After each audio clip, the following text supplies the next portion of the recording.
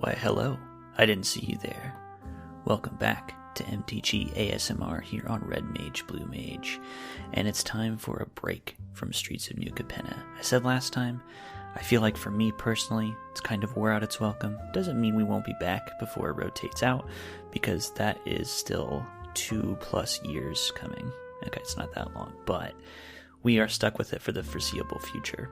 And I think the people at Wizards know that it's a long time to wait, and I think they know that the set is not as ideally crafted as they would have liked. It doesn't have the longevity that you want in a set that's going to be around for months and months, so they've been throwing us some treats. We've gotten alchemy drafts of Streets of New Capenna, which I'm really not that interested in, but we also have the Chromatic Cube. Chromatic Cube, what's the best way to describe it? I've played the Tinkerer's Cube before, and that was all about combos and synergies, a super synergistic draft experience, cube draft experience. The Chromatic draft is about big, splashy plays, and as you would guess from Chromatic, lots of colors. So what we have is a base green-blue deck that I have titled So Bad, and we'll see if it lives up to its name. At its heart, it is a ramp deck. We have Gilded Goose Mindstone, Ornithopter of Paradise, Skittering Surveyor, Alloy Mirror, Fey Burrow Elder as ramp spells. And then to pay us off for these ramp spells, we have Falco Spara, Pact Weaver, Jetmir Nexus of Revels. We've got Ashaya Soul of the Wild, Luna Apex of Wishes, and at the big top end, we've got Commence the Endgame, Hullbreaker Horror, and my personal favorites, Ugin the Ineffable, and Chromatic Orrery as giant colorless payoffs. So it's pretty darn exciting. Will we actually get to cast all these things? That I can't really tell you. But I'm excited to see how this goes. So buckle up and join me for game number 1. Alright, opponent goes first. We have a pretty solid hand. We've got Rockfall Vale, which taps for red or green. Temple of the Dragon Queen, which taps for a mana of any color. A Mindstone as an early play. Then we've got Muldrifter, Falco Spar, and Ugin at the top end. This seems okay. I will say, I feel like if this deck has a weakness, it's going to be our lack of early interaction. Not that we have nothing to interact with our opponents, but we're pretty light on 1 and 2 drops. Now granted, that is kind of a natural consequence of this format, which is focused, as I said, on big, splashy, colorful bombs, but we drew a Jetmir's Garden, which is really nice. We're just going to play it tapped. Adds Naya colors. Opponent has gone black-red. So this is pretty scary for us. As I said, we don't have the means to deal with his early plays. And what they played was Dreadhorde Invasion, 1 in a black enchantment at the beginning of your upkeep, lose a life and amass 1. So they make a zombie that grows bigger and bigger over time, basically. That is scary. So what do? We go Forest Mindstone. Okay, they lose a life and start growing their zombie. Then they go Elite Spellbinder. So this is a 3/1 flyer that's going to make one of our spells more expensive to cast. Paulo Vitor himself. Really blocking us good. Making our Falco more expensive. Okay. So now what do we want to do? We can play our Rock Veil. We shouldn't have done that, should we? Could have played our Dragon Queen. That's sad for us. Yeah, it was a good choice for them because we could have played our Falco Spara, but now we cannot. We can't play our Gilded Lotus. Do we run out our Muldrifter? I think we want to play our Muldrifter. Do we just draw cards? We're just going to give the turn to them. So they amass some more. It's 20-18, soon to be quite a bit worse than that. Okay, they play Discovery, Surveil 2, draw a card. They like the card that they saw. Now they play a blue-white land. Alright, we take our 5 damage, it's 15-18. An Ornithopter of Paradise. Well, that is quite late at this point. So, we don't have a blue source yet, so we can't even Muldrift if we wanted to. So I think what we do is play a mountain, play Gilded Lotus, tap the Gilded Lotus, play Ornithopter of Paradise, and we are going to get smacked mightily again this turn. Yep, hitting us for 6. 9 to 17. Opponent has a lot of mana at their disposal, but are not doing anything with it. Well, that's interesting. They know we have Ugin. They only have 1 blue mana, so I don't think a counterspell is in the works.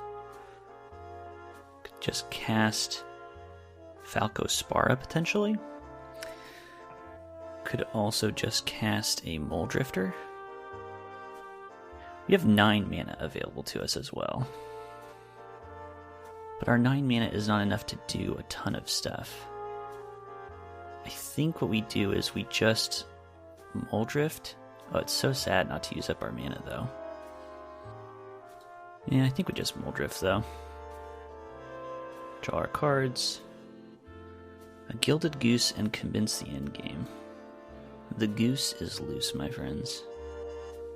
This is an 0-2 flyer that makes a food token that we can then sacrifice for mana. Okay, and then we'll go ahead and end the turn. So now we have a block for the Elite Spellbinder. Opponent didn't do anything that whole turn, sitting on 5 untapped mana with 4 cards in hand. Suspicious? I think so. Okay, now they can go to attacks. They're attacking with a Spellbinder.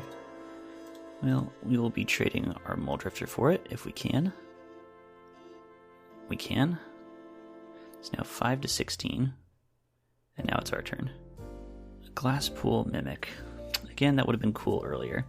So now we have access to 1, 2, 3, 4, 5, 6, 7, 8, 9, 10, 11 possible mana. And again, it's like just the wrong amount. So what do? I think we start with an Ugin. And then we can... Do we just destroy... Do we destroy the Amass token? Or do we destroy the Dreadhorde Invasion? I kind of like just destroying the Amass token. Now they have to start over, making 1/1 zombie, and they're still draining life each turn. I think that's okay. And now do we Glasspool Mimic? I don't think so. Okay, and now I think we pass the turn. We might crack this Mind Stone. Kind of running out of action here. We do have Commence the Endgame, though. We're just going to draw us a couple of cards and give us a 2/2 creature. Ooh, they play Ruinous Ultimatum, so this is what they've been sitting on. Destroy all non-land permanents your opponents control. Well, let's go ahead and draw our card then. And, we have the mana to sacrifice our food as well, so we might as well do that. So the board is reset. We have Commence the Endgame and Falco Spara. I think we just Falco Spara this turn. So to read that card out, 3/3, Flying Trample, enters with a shield counter. We can look at the top card of our library, and we can cast it by removing a counter from a creature we control in addition to paying the other costs. So we can cash in the shield if we want to. It's 8 to 14 now. This is what makes it chromatic. They've got this 3-color or 4-color deck, and they cast Ruinous Ultimatum, which is red, red, white, white, white, black, black. Okay, but they just played Velomachus Lorehold. Flying Vigilance Haste, 5/5. When it attacks, they look at the top 7 and can cast an instant or sorcery. That is a beating, my friends. I guess we block the zombie horde again. Lose our shield counter. They lose the zombie. We take 5 and go down to 3. I mean, it's bad. It is bad. The spell they got to cast for free was a Tezzeret's Gambit, so they drew 2 cards. They're now sitting there, not passing the turn, but they're completely tapped out, so don't especially know what they're up to right now. Just a land draw. We drew Arming Gala, which is a cool card. It's an alchemy card. It's a 5-mana enchantment. At the beginning of your end step, creatures you control and creature cards in your hand, library, and graveyard perpetually, so forever, get +1/+1. Which is very cool, but we're about to be attacked for lethal by Velomachus, so playing it right now doesn't do much for us. I think instead we have to commence the end game. Draws us a couple cards. So we have a 5/5 zombie now and a 3/3 Falco. And that's it. We drew a Planeswalker Tyvar Kell. So we're going to have to, once again, chump block. But they're going to get another look at a free spell, potentially. Oh, never mind. They're just casting Murderous Rider, killing our flyer, and so now they can attack for lethal. Good game. No, we're actually pretty close on that one. The Ruinous Ultimatum lived up to its name, and it really did ruin us. Ambitious mana bases are the name of the game here, and they made it work. Boy, we were really coming back. We were battling through that 2-mana enchantment. Oh well, let's take a quick break and try to bounce back in game number 2. Do you love watching movies? Do you hate watching movies? Boy oh boy, do I have the show for you. On Watching Movies, April and Kenny watch movies. Instant classics like Pride and Prejudice and The Mummy. Despicable gutter trash like Harry Potter and the Goblet of Fire. Divisive, controversial picks like 2001, A Space Odyssey. Each month our hosts discuss and analyze a movie, then put out a watch-along commentary track, enticing. Whether you like watching movies or hate watching movies, you'll love Watching Movies with April and Kenny, now streaming on your favorite platform. Alright, we go first this time, and it's a good-looking hand. We've got Ornithopter as a turn 2 ramp, Fey Burrow Elder as a turn 3 ramp, Banishing Light for interaction, and a Luna Apex of Wishes as our top end. This looks like a good hand. We will keep. Lead off with a Jetmir's Garden. Again, taps for Naya mana. Okay, we drew a Hullbreaker Horror. Don't mind having some more big action for later in the game. We're going to play our Ornithopter of Paradise. They play Paradise Druid. Also taps for mana of any color. Okay, so we're going to play a tapped Steam Vents. Then we're going to play Fey Barrow Elder. 3 mana. It is a Vigilance. It gets +1/+1 for each color among permanents we control. And it taps for a mana of each color we have. Opponent goes Kinnan Bonder Prodigy. 2/2, whenever you tap a non-land permanent for mana, you get an extra mana. 7 mana, look at the top 5, put a non-human from among them on the battlefield. They also played Risen Reef, 1/1 elemental. When they play another elemental, they look at the top card. If it's a land, they explore. Whew, a lot of text. Well, what do we want to do now? We have access to 2, 3, 4, 5, 6 mana, which is enough to play a Luna Apex of Wishes, but not much else.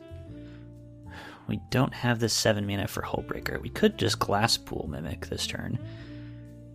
Yeah, so here's what we'll do. We're going to Glasspool Mimic, copying our Fey Burrow, and then we're going to, we have the Banishing Light. We just banish, say they're Kinnan, because they're already getting close. Oh, they have 1, 2, 3, 4 mana right now.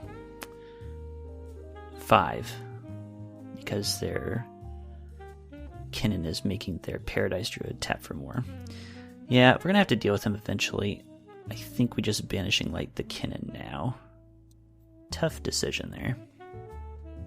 Next turn we have access to 1, 2, 3, 4, 5, 6, 7, 8 mana.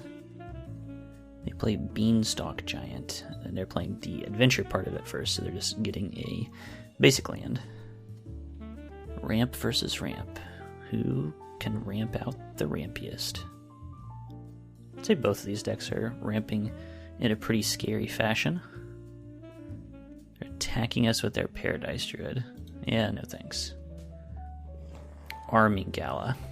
Now that's pretty cool, because that's just going to start making our creatures really big.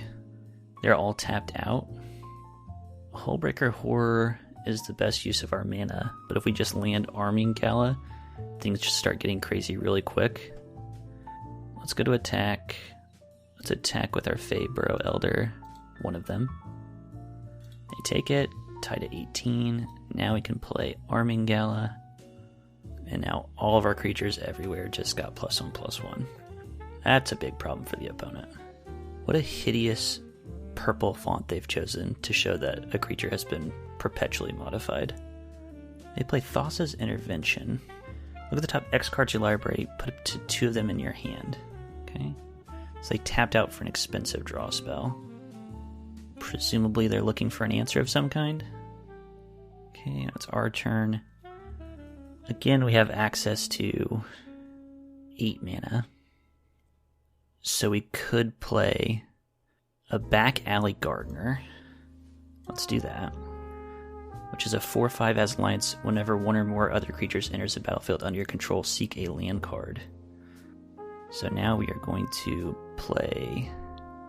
We could also a Luna. Oh man, just everything is so juicy right now. Yeah, let's a Luna just because it's fun.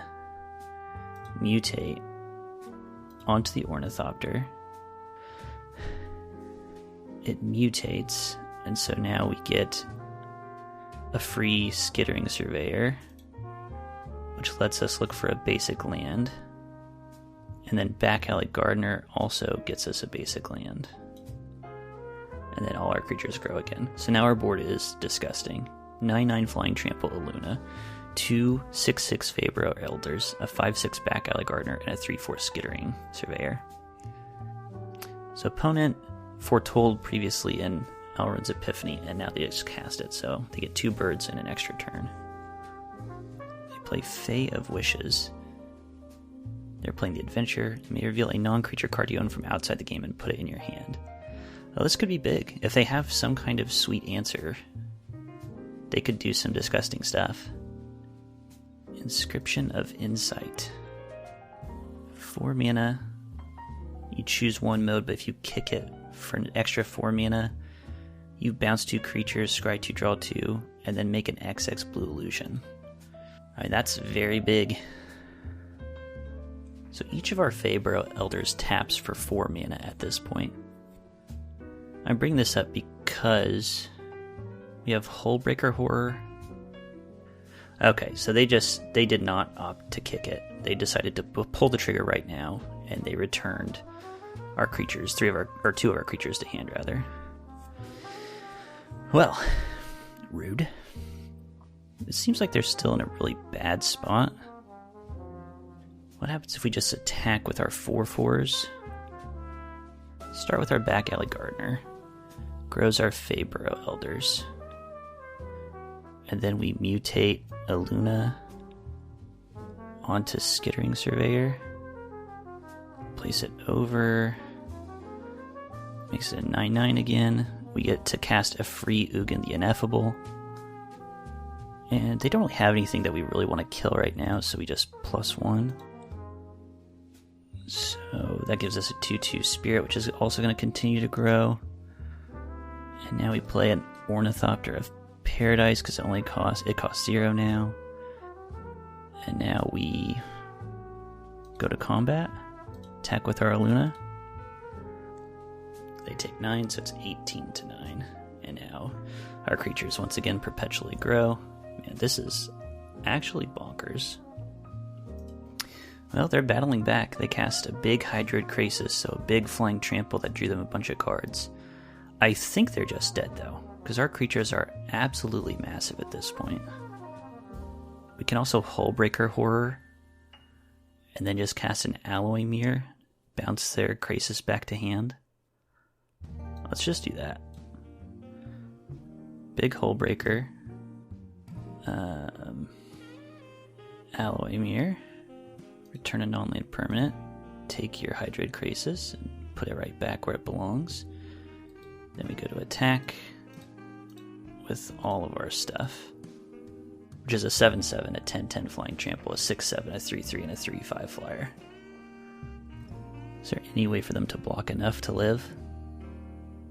They could block the Ornithopter. They do live with 2.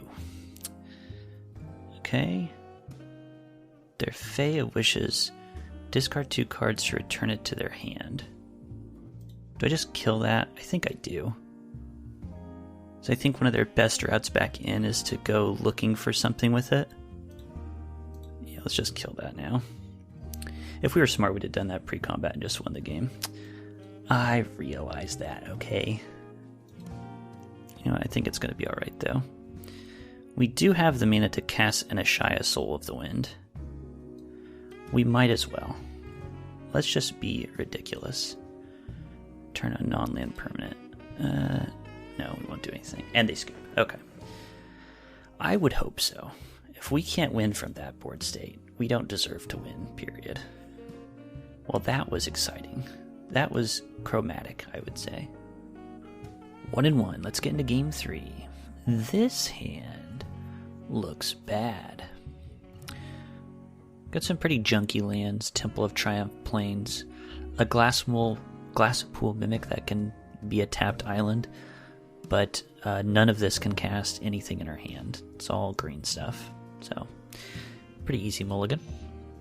This looks much better. So now I've got lots of lands, a Feyburrow, Elder, Jetmir, Nexus of Rebels, and an Ugin. This I like. So we're going to keep that and probably bin a Temple of Triumph. Because we have red in Jetmir's Garden. So yeah. I like a Scryland, but I don't think it matches what we're trying to do. Once again, starting with Jetmir's Garden. Love it. Opponent went Cliff, Top Retreat, into a Forest, and then a Thraben Inspector. Again, this could be bad. Like, that's a good early play. That's very scary for us. We'll play a tapped Breeding Pool and see if they've got anything good to follow up this good 1-drop. Cabaretti Revels. Whenever you cast a creature spell, seek a creature card with lesser mana value and put it on the battlefield. So all of their creatures have Cascade for other creatures. Yeah, this is very bad. We drew Ornithopter. We have a Banishing Light. I'm just worried about how much value they're going to get from this Cabaretti Revels before we're able to do anything about it. They didn't do anything with it. Well, we might have a shot then. Let's go for a Banishing Light on the Cabaretti Revels. They're cracking a clue in response. That's fine. Okay, it's gone. Excellent. We now have mana to cast an Ornithopter of Paradise with our Feyburrow Elder. So, depending what happens next time, we have a Muldrifter, a Shia Soul of the Wild, a Jetmir. If we draw a land, we could get an Ugin into play. They have an Oracle Multi, which I really hate to see. 1, 2, 3, 4, 5. Oh wait, what am I talking about? We have 6 mana because our Feyburrow taps for 2. Well, perfect. In that case, we're not going to let them Oracle us out. We're going to cast Ugin. Now the problem is, though, if we do kill the Oracle, that means that they can kill our Ugin back. That's sad. I think we're going to +1 and get ourselves a Spirit. So our Ugin is a bigger problem for them than the Oracle of Moldiah is for us, at least right now. They play Welcoming Vampire. 2/3 flyer. Whenever one or more other creatures with power 2 or less enter the battlefield, they draw a card, which they can only do once a turn.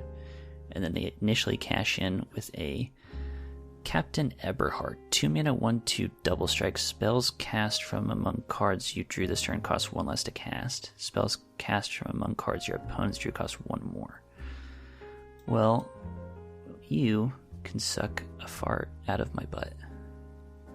I think the biggest problem is the Welcoming Vampire, so let's go ahead and blow that up. It's a flyer, which is a problem for Ugin. It's drawing them cards, which is a problem for me, personally. Now we could cast Jetmir, Nexus of Revels, which would make our creatures pretty brawly. Or we could just cast a Mole Drifter, draw cards, and bash. I kind of like Mole Drifter, draw cards, and bash. Yeah, that's right, opponent. We can draw cards too. But we do it the old-fashioned way. And now, do we just swing? I think we'll swing with both. We have a 2-2 and a 3-3. Yeah, we'll go for 2 attacks. They take it. It's 19-15. And we can end the turn now. Pretty happy with this setup. Opponent does have a lot of cards, which is scary. Oracle is showing us they have a teleportation circle they're about to draw. So lets them flicker a creature at the end of every turn. They have their own Jetmir. Okay. Well, that made things pretty scary. And then an Intrepid Adversary. 2 mana, now a 4/1 Vigilance Lifelink. When there's a battlefield, you can kick it for 1 and a white. They didn't kick it at all. Okay, that's fine, I guess. Let's go ahead. They're attacking Ugin. Let's go ahead and eat their Captain Eberhard and kill their Oracle of Moldiah. It seems fine. Okay, so we traded with those two. Ugin is dead, which is pretty sad. Let's play an island. We have access to 6 mana now. It's not that interesting, is it? We could Ashaya, get a 5/5. I think that's just the play. Yeah. So it's a 7/7. And that's basically all we can do right now. No attacks. Now they're going to be able to play their teleportation circle if they want. They're not. They're playing Angel of Sanctions. Okay. So it is an Oblivion Ring creature. And it's Oblivion Ringing our Oblivion Ring, our Banishing Light. So they're getting back their Cabaretti Rebels. We drew a Glass Pool Mimic. I have to say, so far, the Glass Pool Mimic is not as good as I would hope.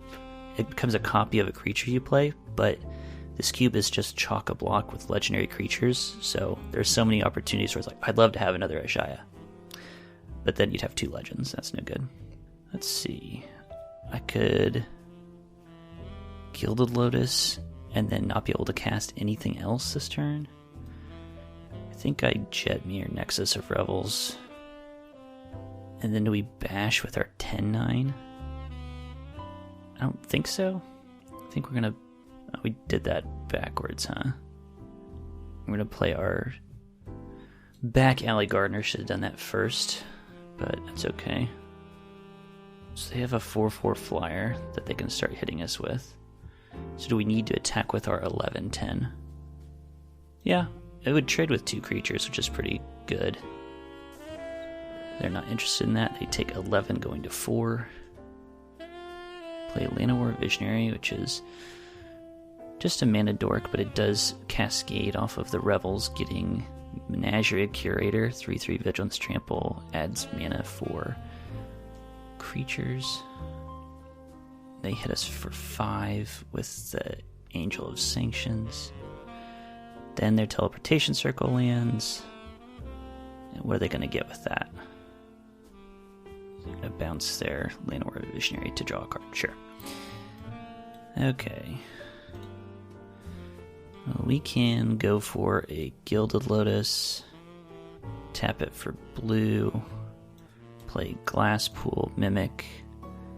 And get a copy of Back Alley Gardener, which draws and plays as a land. They're at 4. We have a 15/13 with Trample. They have to block so much of that damage. So we're attacking with a Shia. Do we want to attack with a Back Alley Gardener as well? And make them block more stuff?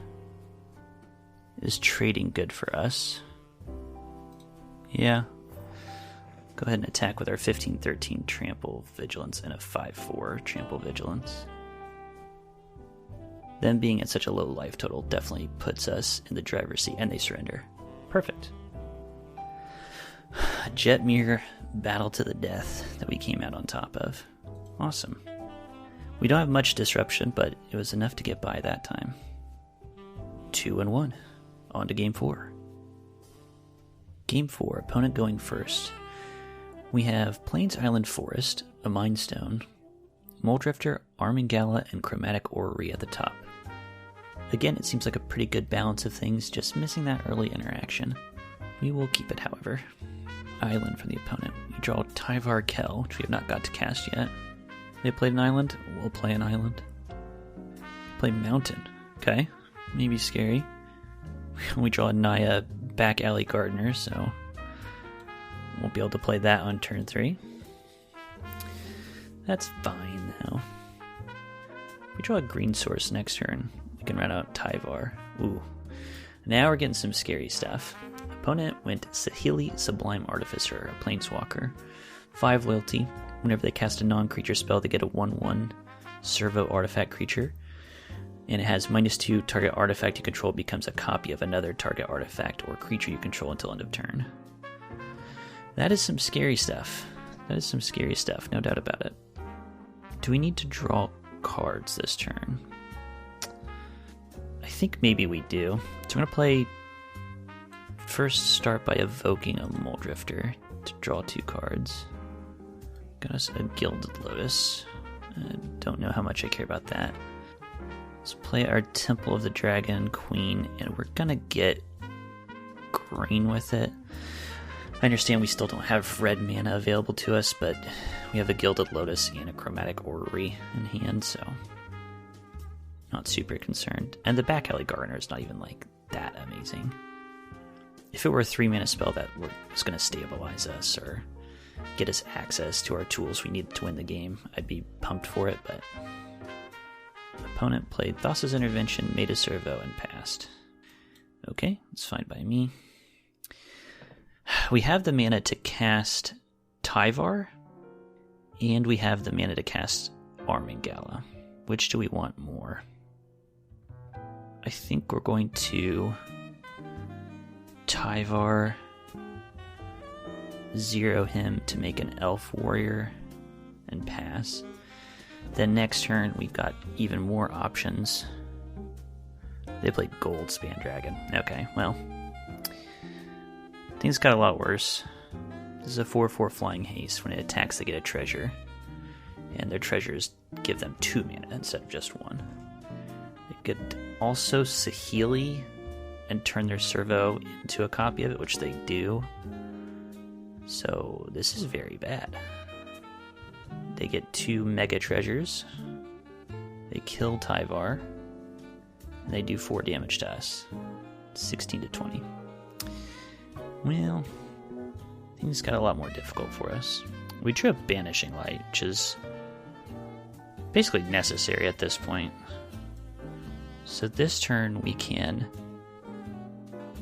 we're so close to getting Chromatic Orrery. If our Tyvar lived, we could have used our Elf to play our Orrery this turn. Oh well, what can you do? Let's Gilded Lotus, Banishing Light, the Gold Span Dragon, and then no attacks because they could easily turn the servo into something huge that we would prefer to block. So opponent has access to 7 mana, minimum. They're attacking with their 1/1 servo. No blocks. 15-20. And now our opponent has to be able to do something. And it's not an artifact. Otherwise they probably would have used Sahili. They have nothing. So is this a giant counterspell? That seems quite plausible. Play our land, and then I think we play Back Alley Gardener. And if they want to counter this, they are more than welcome to. They're sitting there puzzling, so... Yep, Kindred Denial. And what that does, it makes it so you can't look at what the cards are while they're on the stack. It counters target spell, seek a card with the same mana value. So they countered it, and now they're also going to get a 3-drop. Okay, and now we have the mana to cast our Armingala. And then we can pass. Alright, so that's good. Now we're going to be slowly growing our creatures. I mean, things are looking a bit up, but we're not in the best of positions. They play Professional Facebreaker, 2/3 menace. Whenever one or more creatures you control deal combat damage to a player, make a treasure, sack a treasure, exile the top card. You may play that card this turn. Got it. Probably gonna throw 2 servos at us to try to get through some damage. They're making... I see, because they're making one of their servos into another Facebreaker. So they're gonna get a lot of treasures out of us. So we can block with the Elf Warrior if we want to this turn. Now we'll just let them get some treasures. They already have 2 treasures. 13 to 20. We drew a land. That's rotten. Well, let's play Chromatic Orrery. And then what? I think we need to crack a Mind Stone to draw a card. So we need action, by God. Skittering Surveyor. You know what? It's not amazing, but we'll take it. Get ourselves a red source at last. Play it, and then end the turn. So now our creatures grow. We have a 3/3 and a 3/4. Which is measuring up okay into their squad. Good news is, if we do hit a brick wall, we can start activating the Orrery to draw a bunch of cards. I'd prefer to just naturally draw some action, because that does eat up 6 of our mana to do that. Opponent attacking with all their creatures. So we could double block the Facebreaker, put a stop to their shenanigans, or just kill both their servos. But they're gonna get more servos. So I think we have to double block the Facebreaker. All kinds of bad stuff could happen here. A removal spell is quite bad. Okay, but nothing bad does happen. They get some treasure. They did not use the treasures to look at the top cards of their library to play them, so we're happy about that. They just got a lot of mana out of it. It's 11 to 20. Can the Ineffable. That definitely counts as action. How much mana do we have here? 5, 6, 7, 8, 9, 10, 11, 12, 13, 14, 15. That's enough to activate Chromatic Orrery and cast Ugin. So let's start by activating Chromatic Orrery, getting us an Illuna Apex of Wishes. Yes. I mean, again, they're sitting on a bajillion mana. Like, do they just have a counterspell? Let's attack Saheeli for 3. And do we even want to attack our opponent? Yeah, we'll just do Saheeli for 3. They have a billion mana untapped. They didn't do anything on their turn. So the question is, do they have a counterspell or some big draw spell? I think we're not going to find out. I think we're going to pass and cycle Jetmir's Garden. Again, we don't have to do anything. Our creatures are just getting bigger and bigger every turn. Yeah, now they're thinking at the end of my turn. So obviously they have something going on. They cast Explosion. Deals X damage to any target. That player draws X cards. They just did 7 damage to me with that. I mean, they could just kill me. We're at 4 now. And they just drew an absolute grip ass of cards. So, have we played a land this turn? Yes, we have. Alright, pass the turn. I'm glad I didn't attack with my other creature. Jeez. Yeah, now staring down 2 servos and 7 mana and an absolute ton of mana. They play Burn Down the House, creating 3 Wonderland Red Devils. When they die, they do a damage to any target. They gain haste this turn. So we're dead. Because whether we block them or let them hit us, that's 3 guaranteed damage. And We only have one blocker, so we do die. Oh, what a good fight we put up there. Dang.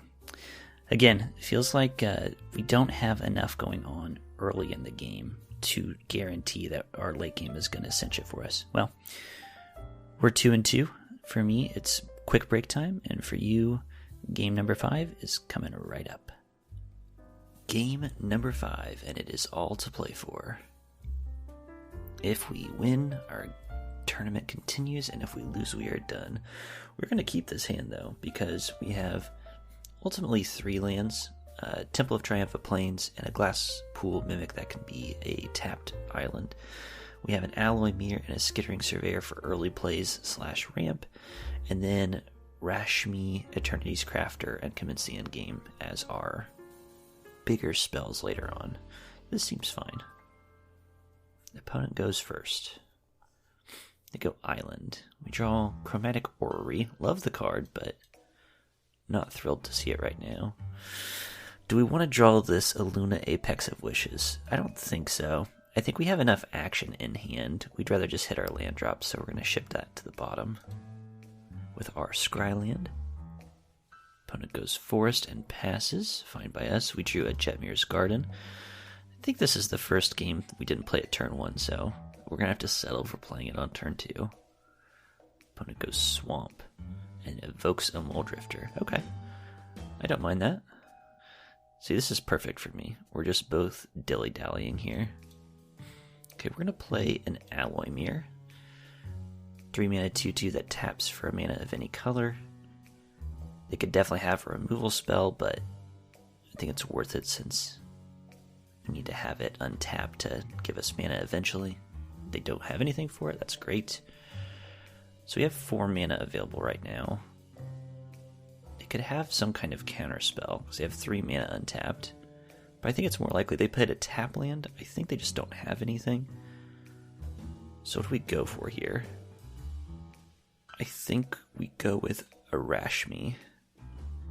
So let's play out our Bark Channel Pathway as a blue source, and then go to attack, ? Optionally, we could also Gilded Lotus Skittering Surveyor, which sets us up for huge follow-up turns. I kind of like just leading with Rashmi. Okay, so they did have the counter spell, a Hornswoggle. Well, poo. But I think I like doing that better than getting our Lotus countered. See, I don't know what counter spells are in. They had blue, green, black. Okay, they go Firemind Vessel. Enters battlefield taps for 2 mana. Totally fine card. What do we want to do? I think we will Gilded Lotus. We missed a land drop this turn, so we could...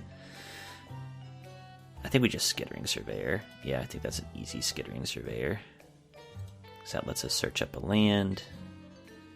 And we have all the red we need. We need double blue potentially, but also double green at some point. Tricky. I guess we Island because we already have a double blue spell in hand. I'm going to play our land and pass. Alright, both of us, me and my opponent, are getting ready to do some big things. Because now they have access to 8 mana. And they cast Maelstrom Archangel. Wooburg for a 5/5 flyer. When it deals combat damage to a player, they can cast a spell from their hand without paying its mana cost. Goodness gracious. And then also Tenacious Underdog, which is kind of, I don't know, I'm not very impressed with that, to be honest. Alright, we have access to 3, 6, 9, 10 mana this turn. So we could cast Orrery, and then that would still leave us 8 mana back. So let's cast Orrery, and then tap it for 5, which lets us cast a Muldrifter. Lets us draw 2 cards.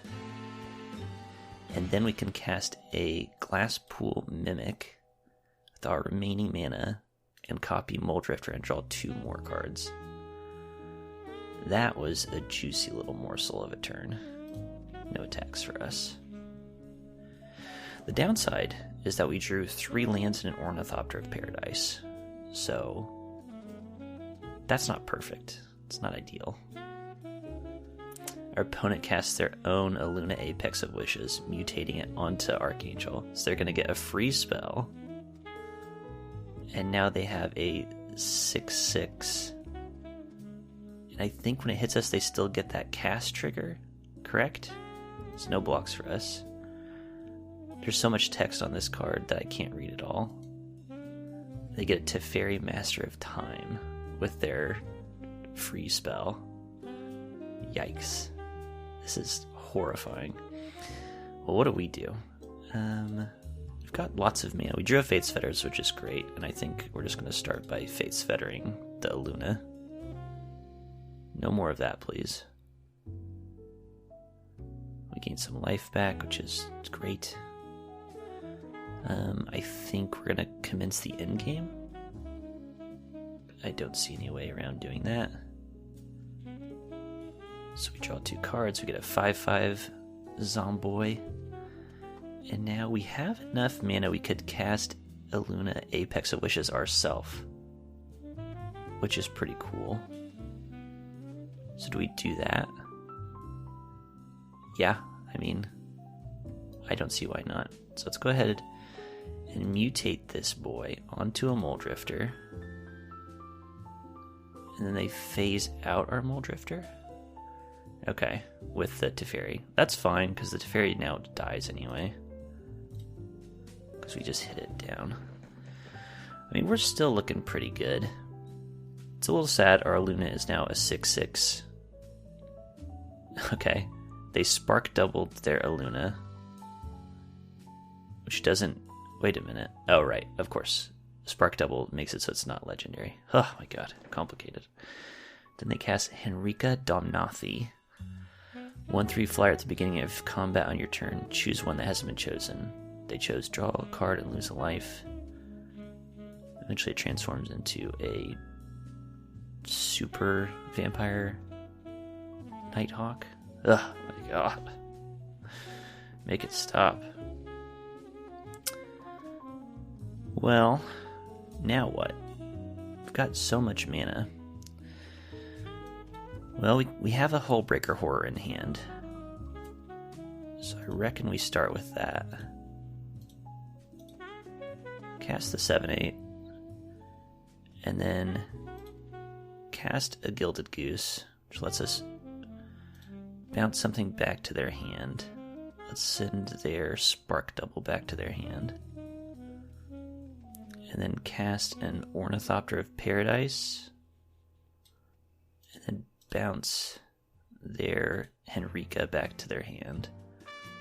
And then go to combat and hit them in the air for a total of 10. Do we attack with our 5/5 as well?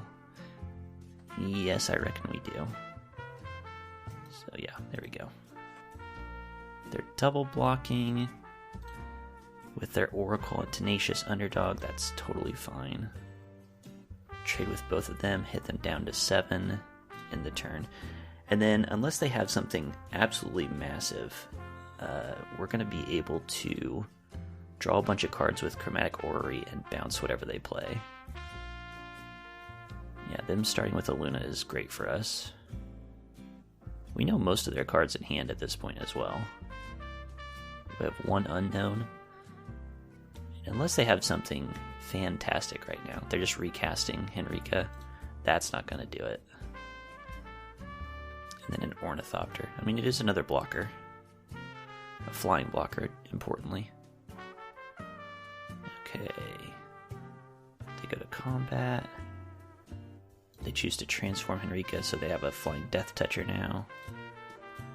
And that's it. So now it's our turn. Okay. Jetmir Nexus of Revels is a pretty freaking good one. Yeah, let's just cast that, and that should just be game. Bounce their 7/7 back to hand. Now our creatures are, respectively, 5/2, 4/2, 5/2 flying, 5/2 flying, 9/6 flying trample, 10/8, 3/2, 3/2, and an 8/4, and they surrender. Wowie, wow, wow. I did not think we were winning that game. That looked bleak for a little bit. Man. This format does put a smile on one's face. Alright, we continue playing.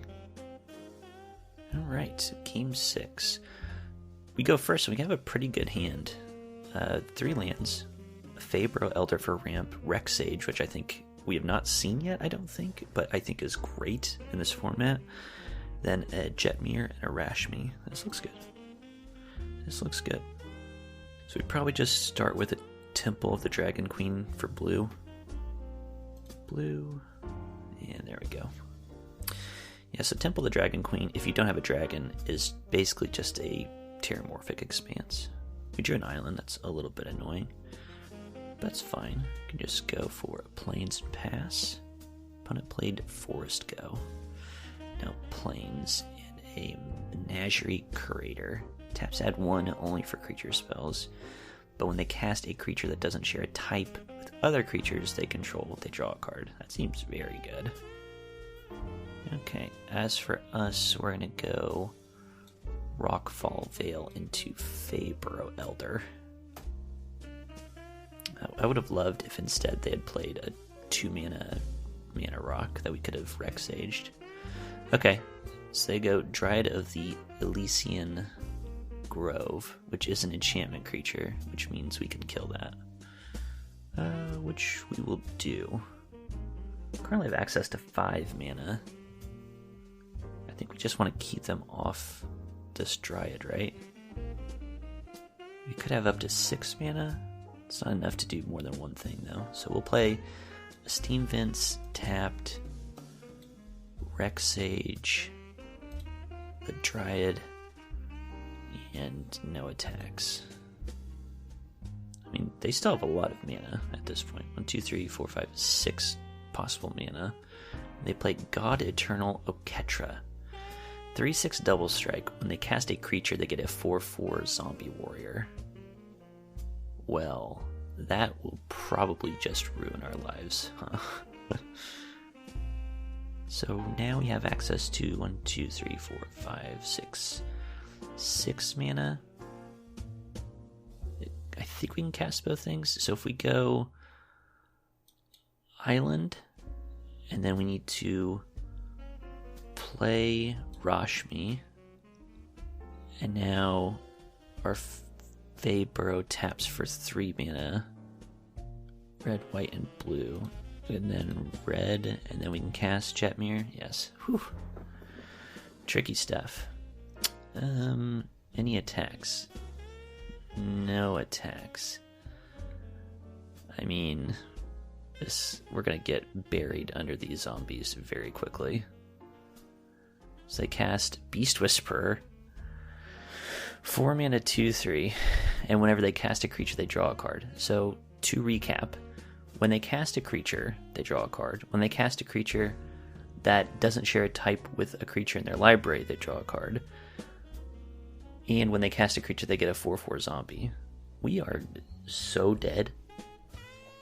Getting hit down by God Eternal Oketra. Alright, we did draw a Luna Apex of Wishes, which might do something. Who do we put that on? Do we just throw that on Jetmir to be a huge lad? I think it's our only option. So let's mutate onto Jetmir. This is very all the eggs in one basket. It spins into... Okay, which of these do we want? It spins into a Mind Stone. And then... what now? Take the action. We get a Mole Drifter. Drew a couple lands. And can now cast Ornithopter of Paradise. And go ahead and use our leftover mana to activate our Mind Stone.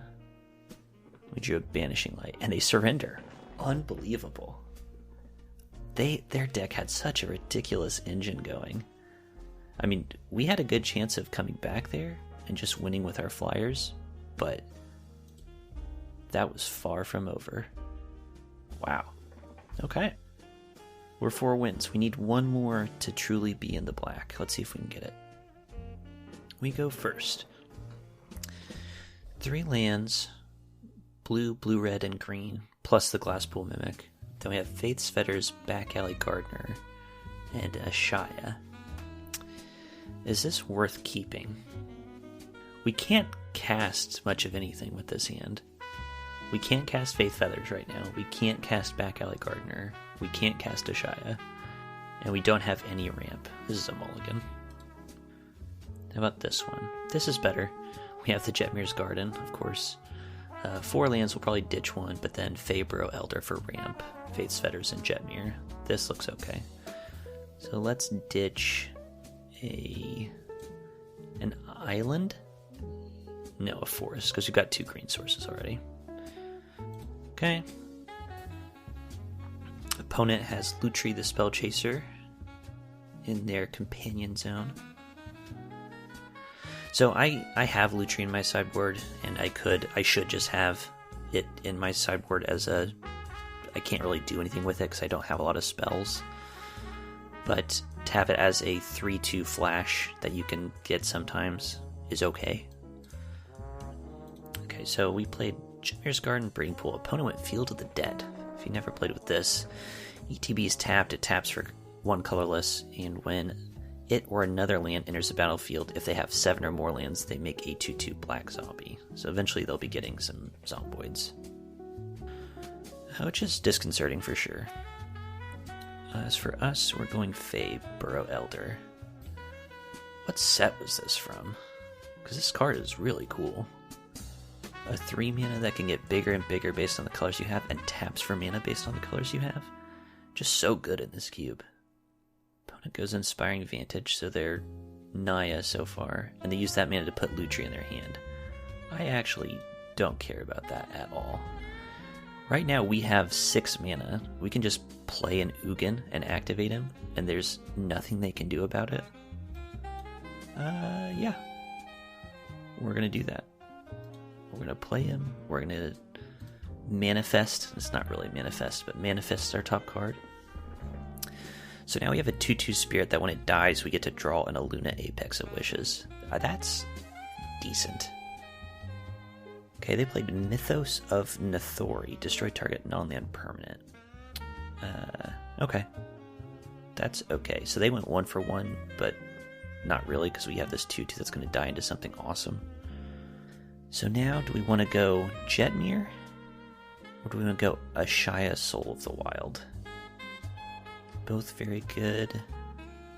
I guess we'd rather Jetmir lives, so let's play Ashaya plus a Gilded Goose and attack with our 2/2 spirit. I'm sad about losing Ugin, but overall it was pretty advantageous for us. Opponent now has 5 mana, colorless, green, green, red or white, black, and they play Llanowar Elves. That's not very good. And Solemn Simulacrum, which is better. So that ramped them a couple mana. We drew Tyvar Kell, which is very good.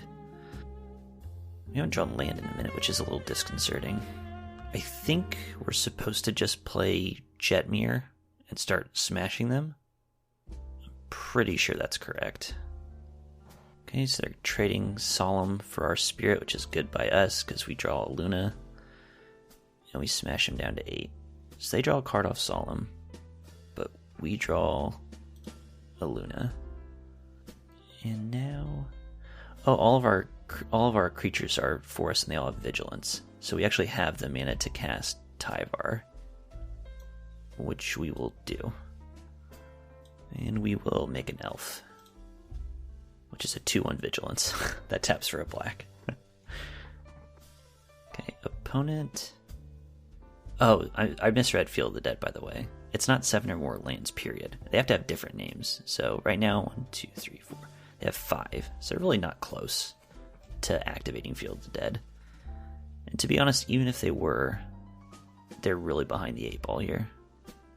But I think that's the wrong use of that phrase. It's good to be behind the 8 ball. They're doing poorly. That's what I'm trying to say. There you go. Ilharg the Raised Boar.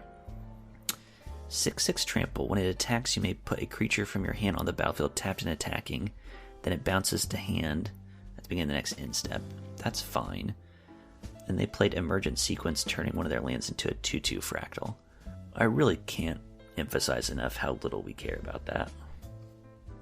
So we could Faith's Fetters the boar and just ruin their entire life right now, right? Let's +1 Tyvar, putting 2 counters on our elf.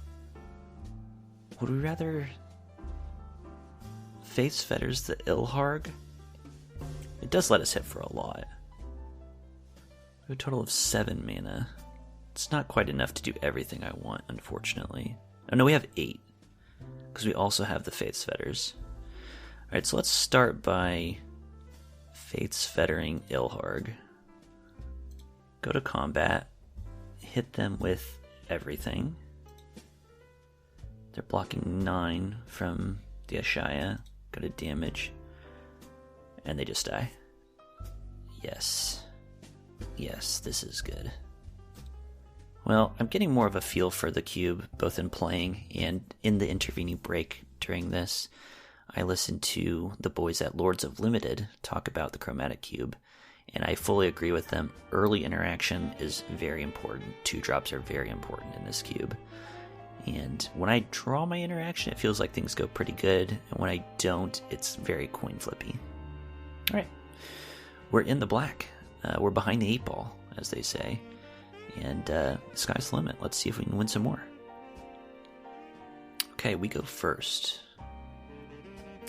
Alloy Mirror, Skittering Surveyor, Faith's Fetters, Arming Gala, Tyvar Kell, and 2 lands. Basically, if we draw any land, this hand's pretty good. So we'll just play our Cruel tap land and pass. Opponent plays a blue-red land. He lost pretty bad last time we saw blue-red. We drew a land. That is great. So let's just go ahead and play our mountain we just drew. Leave the decision of what to get with our double flip land. See, we just drew an island, so now we can go island, Alloy Mirror. Okay, opponent has a removal spell for it. Pass the torch. And it has some perpetual stuff.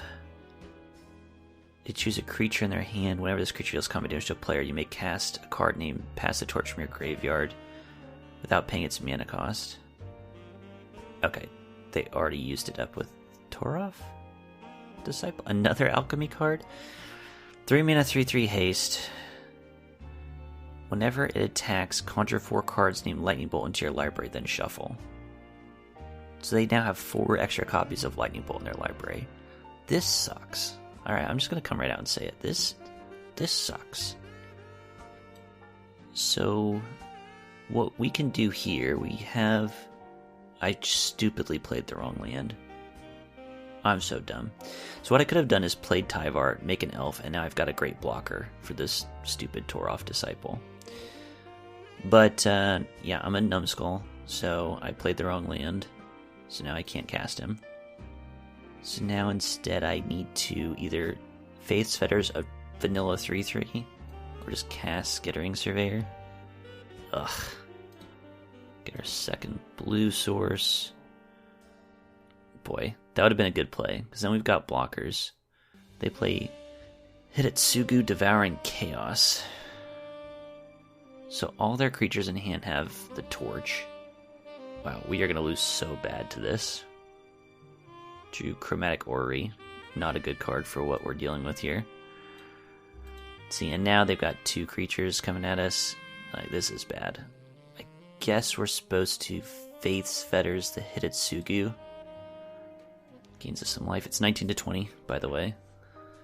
Opponent stalled on lands last turn, so that's something. Play Seize the Spoils. They discard a card, draw 2 cards, and make a treasure. Hit their land drop. So just every time their Torolf's attacks, they get 4 copies of Lightning Bolt in their library. We can never, ever beat this card, right? I literally don't think there's any way we can beat it. And it's just when it attacks. This is a nightmare. So I guess we need to play Tyvar this turn. They read it. We make an elf, so at least we can block the Torolf's Disciple. And then opponent has mana available. They have a lightning bolt. Yes, clearly. So Torolf's is not even when it does combat damage, when it attacks. They hit Tyvar down to 1 with the Torolf, then they lightning bolt it, because they currently have 30 copies of lightning bolt in their deck. Alright. We have 7 mana, so we can Chromatic Orrery. We can then use that mana to cast Arming Gala, so our creatures are going to get perpetually bigger. But it really doesn't matter. I mean, it's going to get to the point very, very quickly where half their deck is lightning bolts, and we're at 16. I'd love to see their hand right now. They played Niv Mizzet Perun. We are beyond dead. 5/5 flyer, when they draw a card, it deals a damage to any target. When they cast an instant sorcery, they draw a card? Absolutely not. Okay, so we have Banishing Light, which we absolutely must cast on the Niv Mizzet. And then we have not enough mana to activate the Chromatic Orrery, so we have to play Steam Vents, pay the 2 life, very sadly, and then remember to activate the Orrery on their turn. Alright. In the meantime, they're going to attack us again for 3 damage and put more stuff. Okay, they play Hostage Taker. When enters the battlefield, exile another target creature artifact until it leaves the battlefield. So they're going to hit our Orrery. And then they can cast it?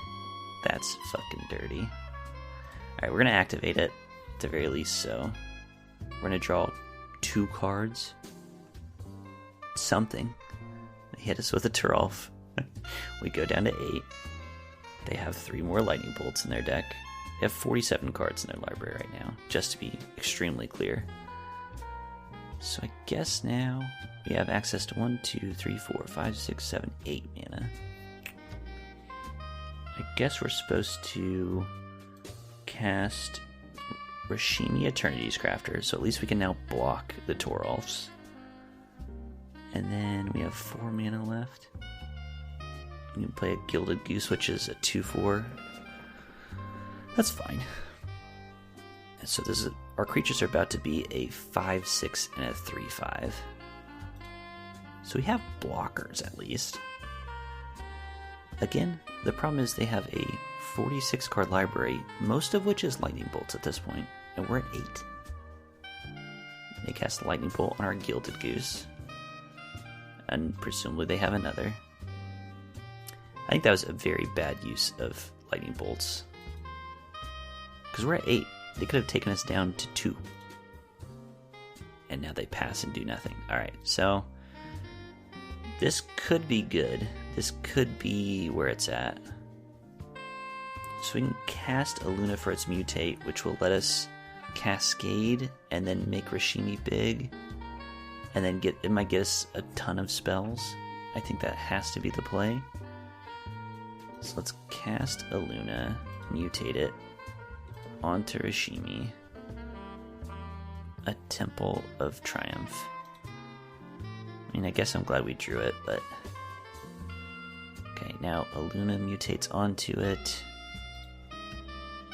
So it's a 12/12 creature right now. And then we exile cards until we get a non-land. We get Ashaya, yes, which is a 13/13. Frickin' huge.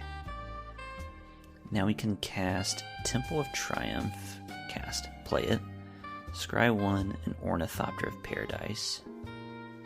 I think we're going to pass on it. It's a 3/5 flyer, which is actually kind of good, and it's just going to get bigger over time. Ugh. Yeah, we're going to put it on bottom. That's a tough choice. I don't know what I was supposed to do there. We have a food, so we can gain 3 life, which is good. Now we can go to attack. We hit them for 12 in the air with our Luna. It's 8-5 in the turn. Our creatures get bigger. Got this food. We're probably just going to activate it on their turn regardless of what happens. They concede. Holy moly. They should have won.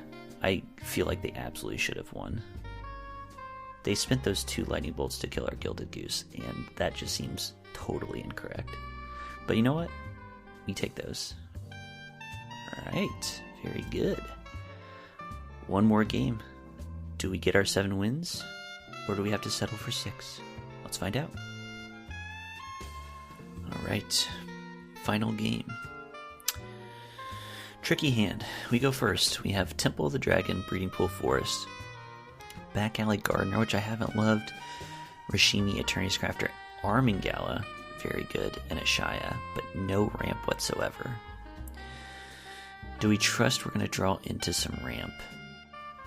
I mean, our ideal situation is we cast Rashimi and then follow it with Armingala, but we don't have any way to get there right now. We can't cast any of these spells right now. This has to be a mulligan. This hand looks much better. Thank God we did that. So, 3 lands, Gilded Goose, Rex Sage, Rashimi Crafter, and a Mole Drifter. What do we get rid of? We're going to keep this 6. Do we get rid of the Mole Drifter? It has been the card that we've been, like, slowest to cast. It feels so antithetical, though. We're going to do it. But it feels so antithetical when you mulligan into that. Okay, so do we want to... I guess we're going to go Forest Gilded Goose. We have the Jetmir's Garden, but playing a turn 1 mana ramp is very juiced. Opponent goes for Sworn Paladin. 1/1 Menace. Pay 2 and a life, make a treasure. Pay 3, target creature gets +2/+0. If treasure was spent to activate this, they gain Death Touch as well. Take a break, dude. Alright, well, we're going to, I think, play a Steam Vents untapped so that we can activate our Gilded Goose and make some more food. I would love it if they made treasure this turn. What a wholesome game. They are just making treasure. We're making food. Attacking with their 1/1. Yeah, we're just going to take the 1, bud. Oh, it's Menace anyway. No choice. Alright, 17-20. Do they have a follow-up play? No. So we get to make food. They cast Electrostatic Blast. Alchemy card. Ugh, God. Deals 2 damage to any target. When you cast your next instant or sorcery, exile the top 3. You may play one of those cards until end of turn. Just any next spell. I think these alchemy cards, I mean, this is the old man in me talking right now. I think the alchemy cards are really stupid. Not like just stupid strong, but just really annoying to deal with. Like, to think about, to play with. I get the feeling LSV had about You Become the Monarch, where it's like, these are fake magic cards. Hitting us for 1 with the Paladin. Activating its ability to give it +2. I mean, they spent their whole turn on that. I really don't mind. So now we can go Eternity's Crafter or Falco Spara. Falco Spara doesn't actually block their creatures, so because it's Menace, so I think we Rashimi. There's a good chance they just have a kill spell for it, which is going to be sad, but I mean, what are we going to do? It's 14-20.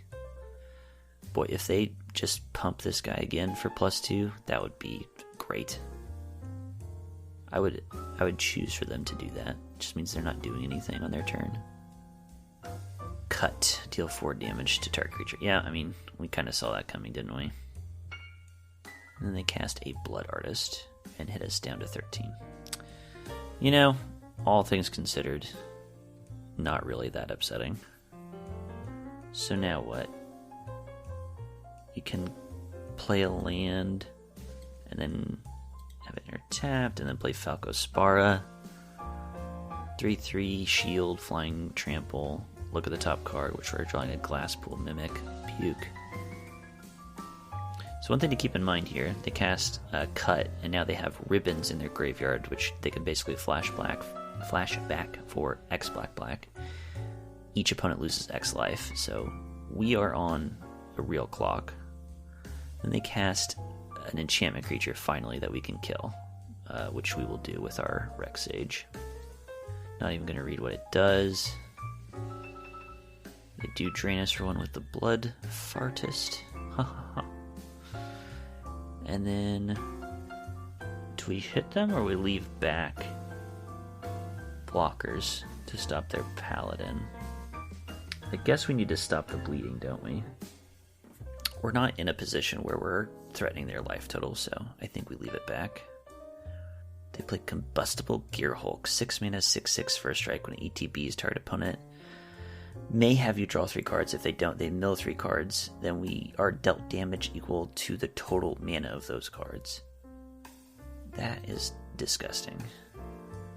We can't afford to take any damage because they, again, have ribbons waiting in the wings, already going to do 4 damage to us.